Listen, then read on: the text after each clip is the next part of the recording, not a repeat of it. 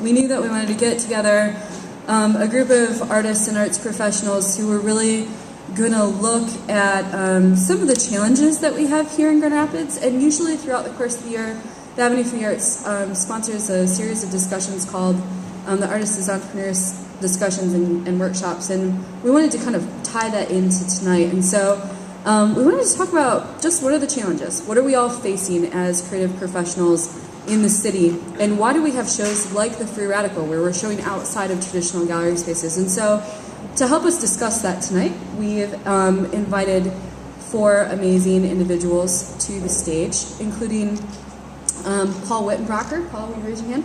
Paul helped start UICA, so you're sitting in a product of his imagination, kind of, but different. He also founded Civic Studio, which is launched an entire program at Grand Valley. His work really revolves around situated study in neighborhoods around Grand Rapids, and then also his own work out of his Alabama space over the last couple of years.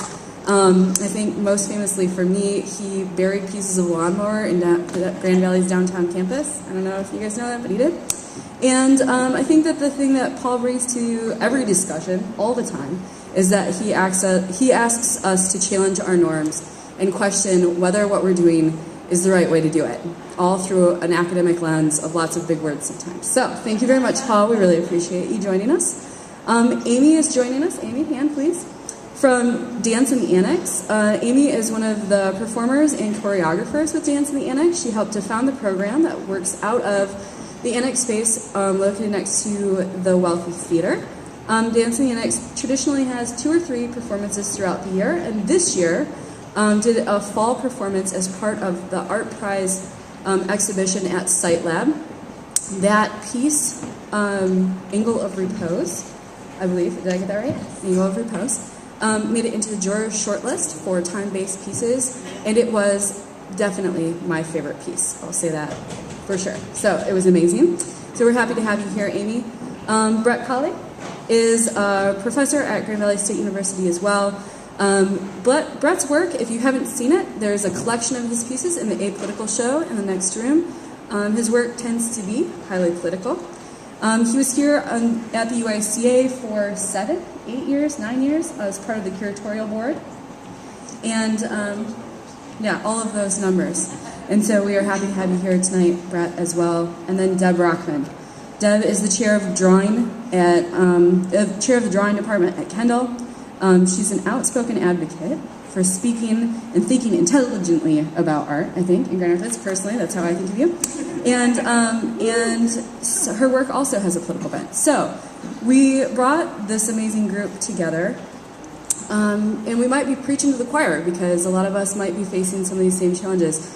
So we're going to have a dialogue. They're going to answer some tough questions for us, and hopefully we'll dig around in some of that dirty stuff we mentioned earlier. So thank you, everyone, for joining us.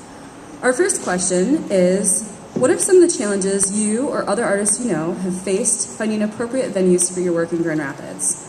And I said when I sent these to you earlier, you might have to cherry pick some prime examples because I'm sure we've all had some pretty heavy doozies. So, yeah, who would like to start? Oh, now it's time to be shy. Uh-oh. Amy? I know, I'm asking you to start. Okay, fine. Thanks a lot. I think for what I do is just having an understanding of what the needs are, because I work with people. My art is performative, so I'm usually choreographing on somebody else, and so figuring out is the space appropriate? Is the event appropriate? Is it going to be safe? Is it a concrete floor? Are there nails in wood, or is the wood floor treated? So safety is a big issue and something that isn't always addressed. Another problem inherent in just what I do in general is finding bodies, especially when it's something that we're not getting paid for, and figuring out, all right, who is basically volunteering to do this? and then figuring out where are we going to have the rehearsals? Are we going to be able to rehearse in the space? And sometimes I don't think that event planners or curators understand that completely, that we can't just walk into a space and go, oh, hey, we're dancing now, and it all makes sense, and it's fine, because that's definitely not the case. And so those are the big issues, and just figuring out if what a gallery space or an event is looking for is appropriate to what we do and our aesthetic values. Because I get a lot of like, come and like do this flash dance or flash mob or this, we're gonna blow everybody's mind in 2 minutes and it's gonna be great. And it's like, well, that's not really. I'm interested in dance as spectacle, and it's a beautiful thing sometimes, but I'm not necessarily interested in just entertaining. I want to be a part of the art scene. I want to emote and evoke, and so I don't know if that's always understood. Great. Deb, you look like you have a thought. Oh, sure. Can you hear me? Had a lot of challenges. Based on earlier conversations tonight, it seems to me that alternative venues are there's far more of them, far more opportunities to exhibit in alternative venues in Grand Rapids. And when you are, I guess my age, and you're not a young artist just starting out, I typically feel pretty silly even trying to exhibit in alternative venues. And what it really points to is how many actual galleries do we even have in Grand Rapids? I mean, we have the Grand Rapids Art Museum, great place. They've made room for Michigan artists, but generally local artists are not exhibiting at the Graham. We have UICA, and we have the Fed building, sponsored by Kendall. But beyond that, I really can only think of one, maybe two galleries in the city. And there does not seem to be any interest in exhibiting work in Grand Rapids in galleries that engages with social, cultural, political issues, no matter how those are engaged. Even if you, as I do, attempt to sort of seduce the viewer through pleasing aesthetics, the content seems to make it untouchable. And so I've shown in Grand Rapids probably about every 7 years after a sabbatical. And a few times that's been at UICA, and a few times it's been at Kendall. And I, even though I struggle tremendously with a lot of things about Art Prize, I typically now show at Fountain Street Church because I serve on the board of the ACLU, and the ACLU sponsors that exhibit, and I want to participate. But I look around at so many of my colleagues, fellow artists in academia, who do work that engages with issues that matter, and I don't see any of us exhibiting in galleries. I think there's a huge problem in Grand Rapids. Brett? I don't know, you made a lot of promises on our behalf here, Jen. I know, right? Sorry. I guess I thought about this question a little bit differently than Deb, although what Deb is saying is most certainly true. I just didn't think about it initially as challenges that I personally face. Actually, what I thought about most was, I got really excited about the mapping event, the interactive map. And over the years of Free Radical, I've come up with 7 so far, 7 different groups of students from Grand Valley that I have helped in coordinating a show. But all of those experiences of finding the space I didn't experience any challenges because I think that was all mitigated by you and by Anna Marie. So, and I always wondered how that took place. Like, there's this buffer between, our challenge and. Can we move the mics in maybe a little bit? I think we're gonna move the mics in. Try again. There we go. All right.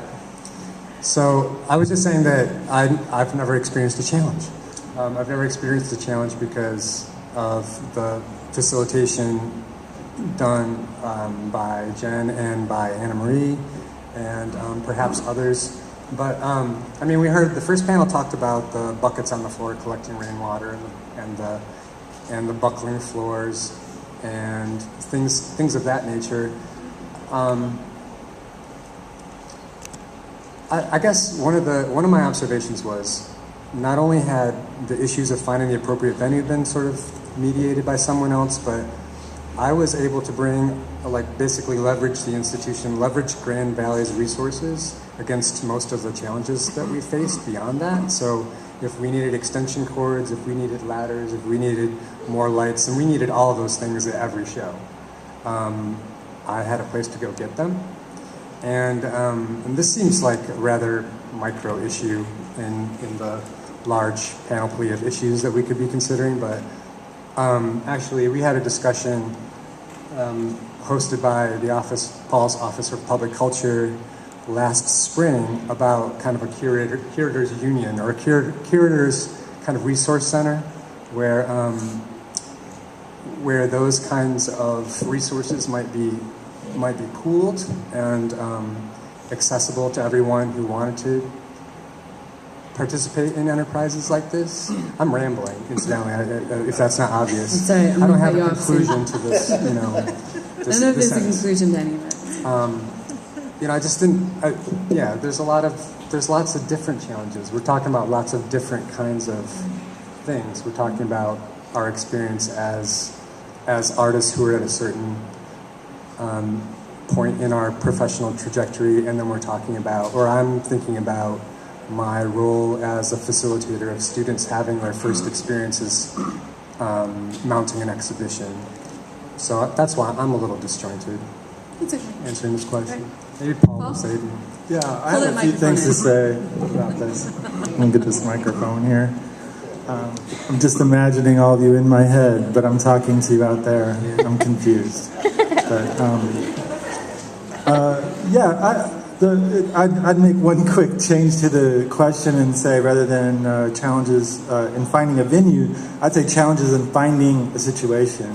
So from my perspective, I think that most of the impediments are gone, and I acknowledge I'm at Grand Valley too, and I've got these resources. I try to make them available or externalize them or whatever as much as possible. But I think for many of us, if I could speak for us in the room, it's not really about not having the freedom to exhibit or not having the opportunity.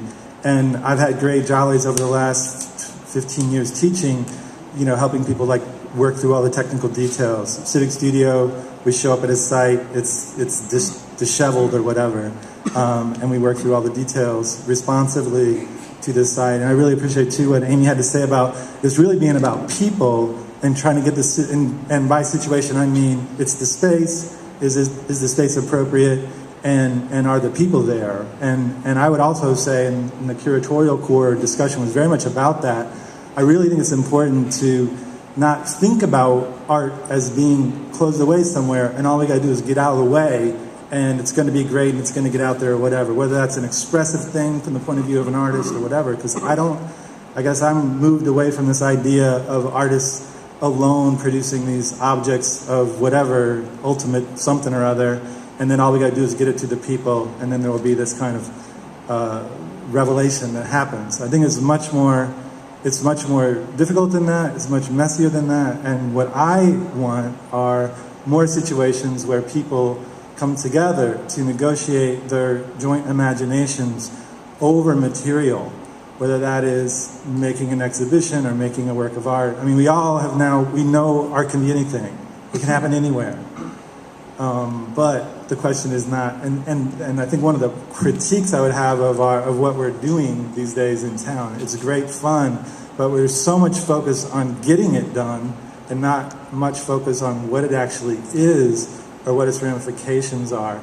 Very little reflection about what are the consequences for this with the people involved, what are the implications for those not involved, what does this stuff mean? Because I think the function of art is to materialize our collective imaginings together. And the world is fucking full of really bad problems here, everywhere. You know, we can, and if we isolate ourselves in spaces that everything looks beautiful and we only look and think about beautiful things, and those things are not just at their core connected to this other inquiry, then I got a problem with that. So I'm looking for the situation that is long, thick, and prolonged just enough that we can make a little bit of progress each time. Because I think that's another issue with people that want to engage social issues, is that they want to give an answer to the problem, and I don't think it's that easy either. I think we gotta it's gotta be for the long haul. We gotta aestheticize the horrors of human experience in ways that are revelatory for us and for others together. And that's what I get so excited to see this room full of people here to talk about art, all the structures that Jenn works hard to put together, all the institutions that get things together. So I think there's a great accumulation of resources, but how do we then assure that the production, the things that are going on there, are true to what the function of art is, you know, or the functions of art, I guess. I don't want to say that there's one function. And that's the thing that I think, you know, for all the discussion pro or con about gentrification, I think one of the things that's a problem is when, I mean, the good part of this discussion about how when art gets supported, somehow it loses its soul or its engine or whatever, that's another tired discussion, but there is a core truth about it in that that once we're enjoying ourselves in some refined way, then we feel exclusive, and we're here, and the people that aren't here, they didn't make the scene or whatever. So yeah, I guess that's my first spew number one.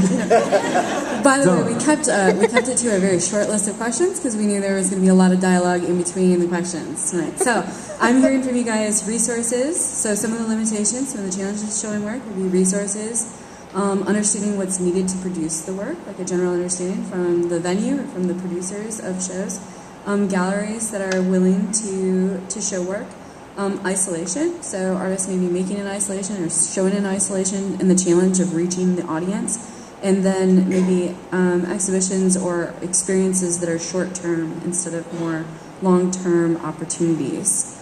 So I guess having those things in mind, how would you challenge existing venues to change their model of showcasing local artists to expand opportunities for artists who might not have those opportunities? Lots of opportunities, lots of artists. So how would you talk to those venues? How would you challenge the models that currently exist to be more expansive or show work in a different way? I'm going to answer first so it gets it out of the way. In a lot of other Midwestern cities, they have granting agencies, and they have their institutions give resources. Like when you see a major exhibition of some artist that blows you away at the MCA or whatever, they've been working on it for 3 years, and there's not limitless money, but a lot of money.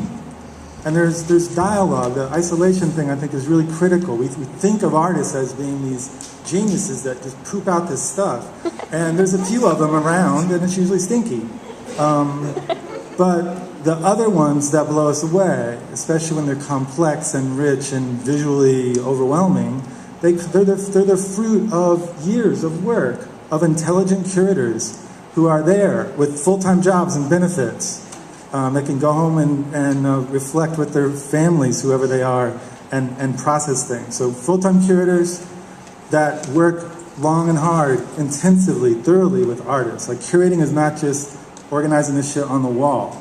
It's a long dialogical process, and the curator is a friend of the artist in that regard, or a competitor, dialogical, to working together about that stuff. So I would say, you know, for all of our material prosperity in the arts in the city, we desperately, I mean, I feel that we just, like, I mean, I think the city just, is there a curator that's paid in the city? I don't know. There was, a few years ago there wasn't. But we've learned to just, we don't need curators, because in the contemporary economy, they're just wasted time, and they slow things down, you know, it's horrible. So, so yeah, I think the also question would be if there are curators, if they're making a living wage. Absolutely, yeah, that's what I was saying about the going home to whoever your family is. Like, so yeah, you know, Detroit's got the Kresge's, you know, St. Louis has got Grant Fund. There's, you know, the Propeller Fund in Chicago, which is a pittance amount of money, but you look at the great work that is acknowledging, but also generating. You know, when there's the promise of $5,000, then you can legitimately think big about it. And then when you get the money, there's somebody there to actually work with you on that. That's the notion that artists work alone is just a lie. It's just not, and usually it doesn't work out very well. It seems to me like the institutions I named earlier, UICA, the Graham, the Fed building, which I refuse to call the Woodbridge and Ferris. They have curators. They have curators that are paid, and curators that I think do a really good job. And if I could say something to the people that your question, how would you challenge existing venues to change their model of showcasing local artists, to expand opportunities? Again, I think what you all have done with Free Radical and Avenue for the Arts and the people that were up here talking on the first panel has made an enormous difference in the city and provided, I think, incredible opportunities for non-traditional shows. I mean, you've utilized all these empty spaces all along Division Avenue and Wealthy, I think, beautifully. I actually feel like my students have far more opportunities to exhibit in Grand Rapids. But then when I look at, and I don't, this is not about me, it's about a number of artists in Grand Rapids who are in the boat I am. We've been at it for a long, long time. We're professional artists. We're also professional educators. There is no place. So what I see as the problem is that it seems like so much of the commercial art in Grand Rapids is in many ways determined by interior decorators. That there is room, I think there's room in Grand Rapids for all kinds of art to be exhibited, and with some education there is room for people to really appreciate a much broader range of art than what they're currently exposed to in any sort of commercial venue. And I don't want to be misunderstood in that I have many people I know and former students and colleagues that I respect who may be showing in a local commercial gallery. And it's really beautiful work, but it's that there is no space, there's nobody making space for work that is beautiful and engaged with the world. And I think to myself, when work is chosen to be purchased by those who purchase work in Grand Rapids, and so often that decision is determined by or guided by or generated by an interior designer who's wondering how well the piece is going to go with the decor, I keep thinking to myself, imagine a dinner party centered around a work of art that's actually going to engage people in some conversation, even, God forbid, heated conversation. But that's not the kind of work that, nobody's encouraged to think about that. We know there's a lot of money in this city, and we know that there's money spent on art, but it's a really, really limited kind of art. That is not a criticism of that kind of art. The criticism lies in the fact that so much other really great art is ignored. It's just not considered legitimate or valid to be considered in a commercial gallery. And that drives me crazy, because I see there's a lot of really great art that's made in Grand Rapids and West Michigan. I think bizarrely large amount given the size of the community. There's an amazing artistic, creative community in the city. And where do we show? All right. Can I jump one little quick thing on there too? And again, I'm a little reticent that we're talking that this conversation is going to be really just within the framework of what it's like in a large city with big institutions, because that's not the city. But when you don't have curators, you don't have people training people that have money, you don't have them in a political situation with people that have money, going back and forth. And I think there's a criticism of the arts in this town. It's totally donor driven.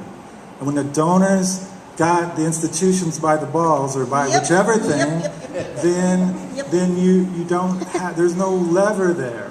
You know what I mean? There's like a seduction thing that goes around with money and beauty.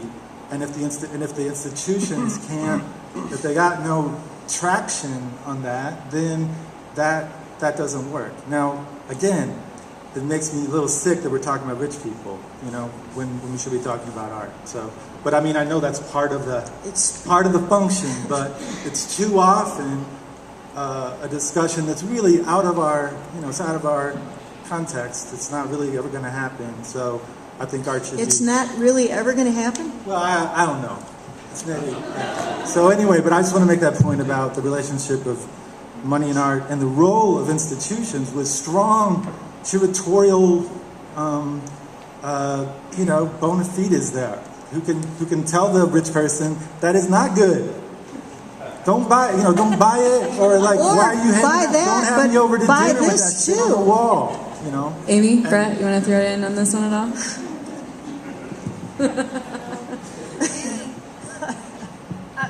You might want to get that right up in your face. Okay.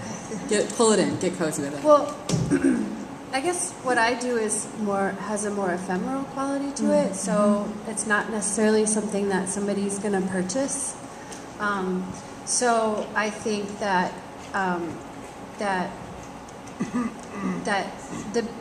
like UICA or Graham or whoever, they need to, I guess, find donors who are willing to throw money at stuff that will just be an experience and not necessarily something that they're going to take home and put on their wall. That I did an event at an institution, and I got a very, very, very, very, very, very, very small stipend.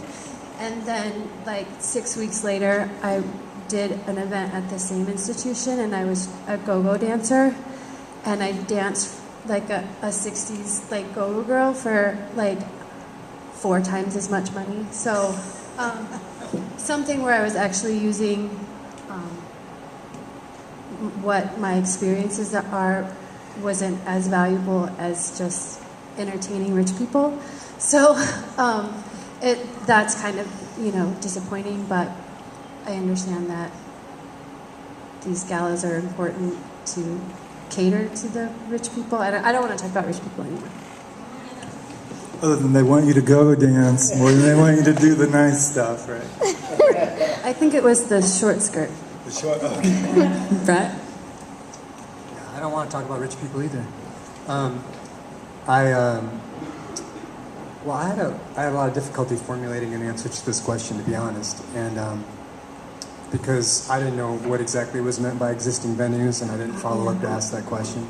But I do think that, I mean, obviously I have responses to the things that my cohort are saying up here, but I think that, well, I would challenge Deb a little bit. I was just thinking that I'm more than happy to share the venues with, all the population that's here. Like, I don't think of my work as being, I mean, I have particular kind of context, ideal context in mind when I make it, but I'm also willing to roll with the challenges of these kinds of the spaces that are made available during Free Radical. And I don't, in other words, I don't relegate them to the student population and think of my work as being, requiring having a greater pedigree or deserving a venue. Yeah, I'm not accusing you of being like, but but it was, as I was thinking through that while you were talking, I was thinking, oh, this is the first time I realized that, like, Erwin was up here talking about the early days of Free Radical, and it's really compelling. It's a really compelling narrative. It's very romantic, and I got all energized by it. And then I realized that's sort of a different, that's like its own thing. This, like, finding a space and then doing something in the space that's appropriate to the space is really distinct from the challenge of finding a venue that's appropriate to the work that you're already making in your studio, in your practice, in your developed practice.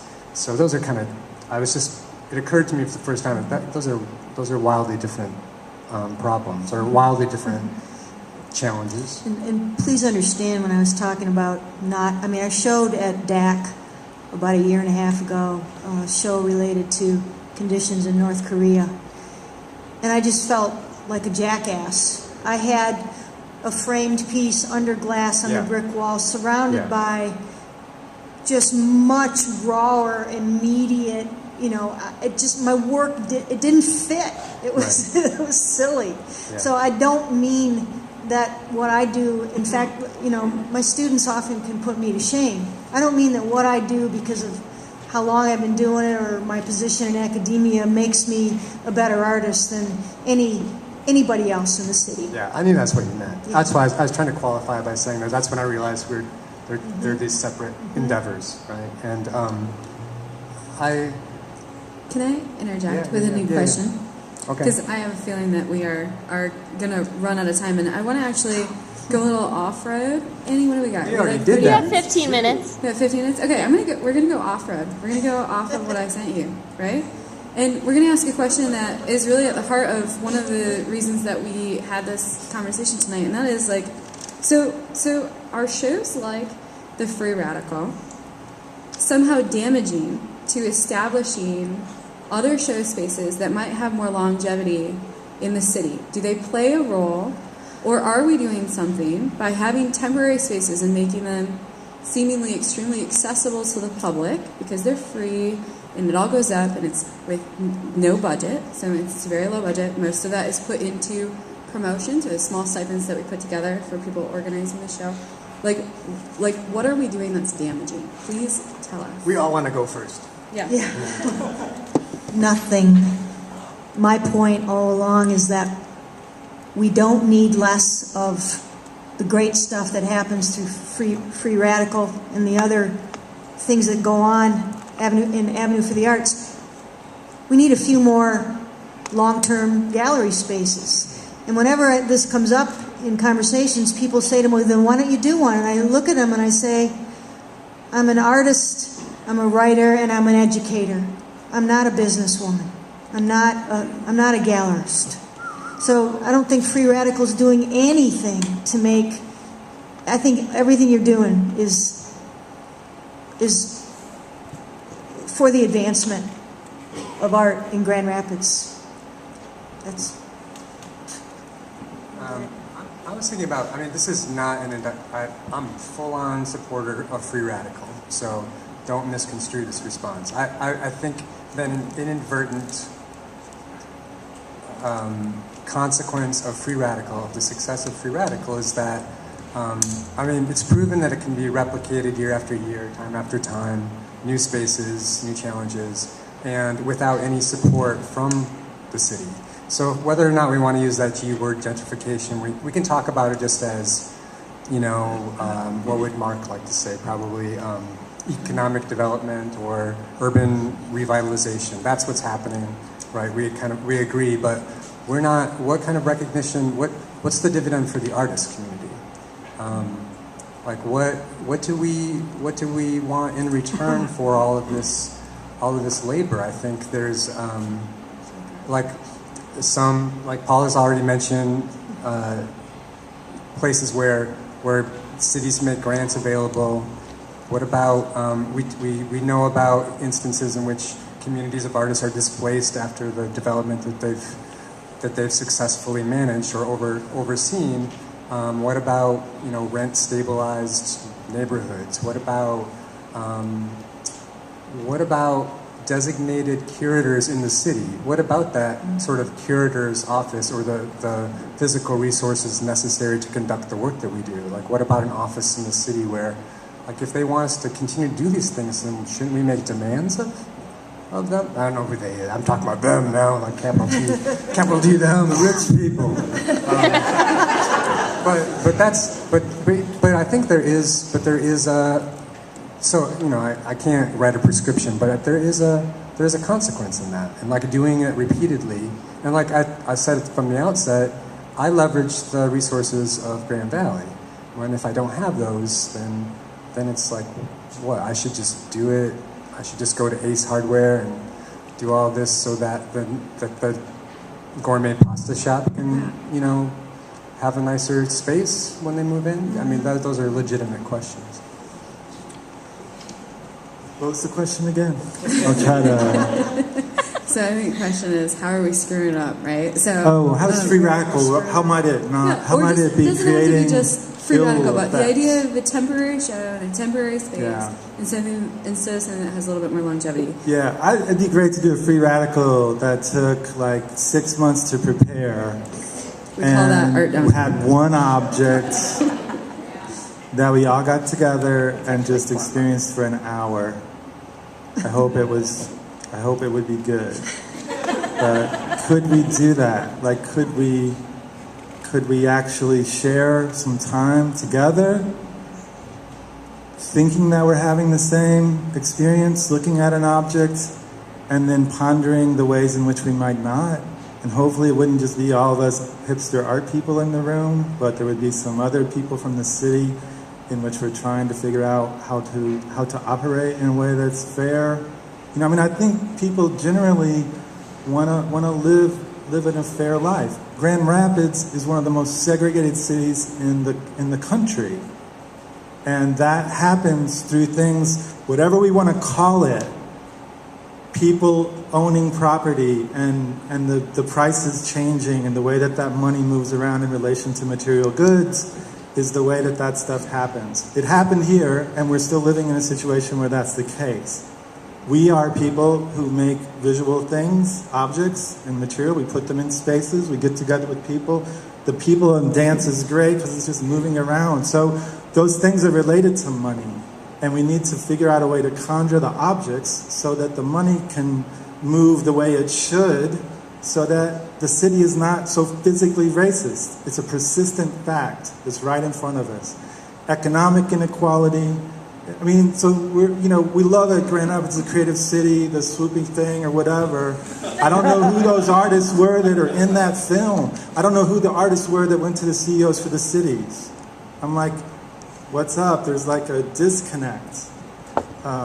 So for me, the danger with Free Radical is that it is so, I'm not going to use the neoliberal word, but you can look it up, and one of the things it does is it puts all of the freedoms on ourselves. Everybody's free to do whatever they want, no impediments. You can be who you want to be, or whatever. And the thing is, if you suck, the responsibility is all on you. if you fail, if you don't have a job, it's because you didn't perform well enough. And those kinds of situations, it's not a very supportive environment to live in. And that's the way, if we're going to think about money as a value system, that is the value system that's driving us. And where free radical is similar to that is it's like, you're free, do whatever you want. Is that just my 10 minutes? No. Yeah, no, that is, it's time for Amy to get in on this if she wants to. That's the concern.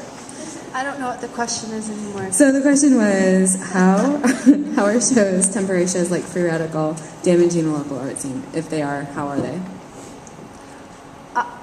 Well, I don't think they're damaging at all. I think they're exciting. I love coming out to these events and seeing people. I love performing at them.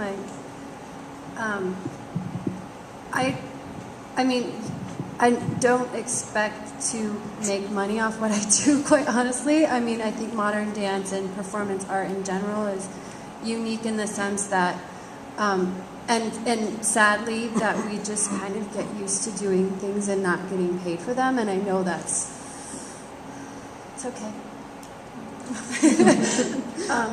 And I know that's really sad, but I teach at Grand Valley, and that's how I make money. And my husband has a job, and we're broke all the time. But if I wanted to make a lot of money, I would be something else, I guess. I don't know. And I know that's probably a really sad way, and everybody's going, "Aw, that's really pathetic." But I mean, I just love doing what I do. I mean, I love doing what I do. So I think Free Radical and the success of it is not at fault, but it certainly puts a spotlight on what some of the other issues are in the city around the arts. And it's not so much that I want to sell my work. I just want it to see, we make our work because we want people to see it. I just want to be. And mine is sitting in my storage area in my house, and it just keeps getting bigger and bigger, and I have no place really to show it. Because the last question, I think that one of the things when I look around the audience tonight, right, we have artists who have been practicing for years, we have artists who are well established in their careers, we have artists who are just starting. And so I'm curious about this question because it's one of my favorite questions to ask artists overall, and it's how much work are you producing in a year? How often should an artist expect to show artwork? Because one of the things that I see in some of the shows that we are doing along the Avenue for the Arts is that some of our artists try and participate in every single show. And sometimes it's a great thing because they're high producers and they're showing a lot of work, but sometimes we're seeing work that gets recycled, and I'm wondering what is your expectation as an artist? And Deb, you kind of said like every 7 years after a sabbatical. And I don't know if that's not enough. I don't know if that's enough. So I'm just wondering, to kind of frame the conversation, like what should our expectations as artists be on how often we show? To keep it fresh, but also to keep it engaging and also be engaged as an artist in the local community. It probably depends in part on how productive you are, or what your time frame is in productivity. I mean, an artist could spend 18 months working on a piece. Now, obviously, they aren't going to be showing in that period of time. And then there's other artists who crank work out, produce it really fast. So I don't know that there's What would be the right fit for all of you? I think maybe we'll frame it that way. What would be the right fit for you? If you could say like, oh, I have the available resources to be able to do things when I want to, what would that look like? I would probably say for me, we do a fall performance and a spring performance, and I always produce at least one piece for that. And then I usually do something with either Art Downtown or Site Lab at Blandford, or most recently we did the Art Prize at Site Lab, and that's good for me. So maybe 3 or 4 Where do you store all that work? Well, it's all in here. Maybe we should all become dancers. How often would you show, Paul? Yes. What do you have? How often will you show? I mean, I'll be honest about my work. I kind of stopped doing the expressive thing a long time ago, and also, when I took the job at UICA, I realized that there's going to be phases of my life where I'm making work and phases where I'm not, and I got totally comfortable with that. And anybody gave me any shit for it, and I just didn't take it. So I think, so I don't. I make work when I need to, and I don't need to really often. But I do enough that I can keep my job, I guess. But no, I'm joking there. I do make work, but it's not. And my practice is more curatorial. My teaching is very blended with my work, so I'm involved in thinking about art and what it means and making it get formed in all kinds of ways. So yeah. But I have a storage. My parents are still bringing artwork that I made from their house, and I'm in my 50s. So, Deb, how often would you like to every time show? they visit. What would work for you? Oh, I'd be happy to have an opportunity to show some of my work in the area once a year. I get opportunities because I'm constantly asked to donate, but you don't want to get me started on that whole gig. So That's another panel discussion. it is indeed. Brett? I've been scheming about how to bring my answer to this question back to your last question, because that was more interesting to me. We can go back to that one if you want to. Disregard. Go back to the other one. Here's how I'm going to do it. I will say that I don't need to. It's not a matter of how often I'm able to physically exhibit my work as much as it's a matter of having a sustained dialogue with people about work that I make, and I would never use the word damaging that you use. Like damage doesn't cross my mind when I think about Free Radical, but I do think about this sort of, and this isn't unique to Free Radical, but this kind of event-based cultural production that we do, where everybody really puts it into overdrive and does this big thing in a short amount of time, and then we have a party, and then maybe a week later we have an after party like this. That is not the kind of, like, I make static things, and they're meant for contemplation, for the long haul, and they're meant to be, I make them because I want to have the kinds of conversations I want to have with people. And in an event, it's just about getting to the places and seeing the stuff and seeing the people and making sure you're seen by the people. And then here we are again doing it in a sense. And I mean, I would prefer that a whole evening like this be dedicated to the next part, which is the part where we actually hear from the critics, the people that, are going to unpack the art that was on display. So, is there an answer to this question here somewhere?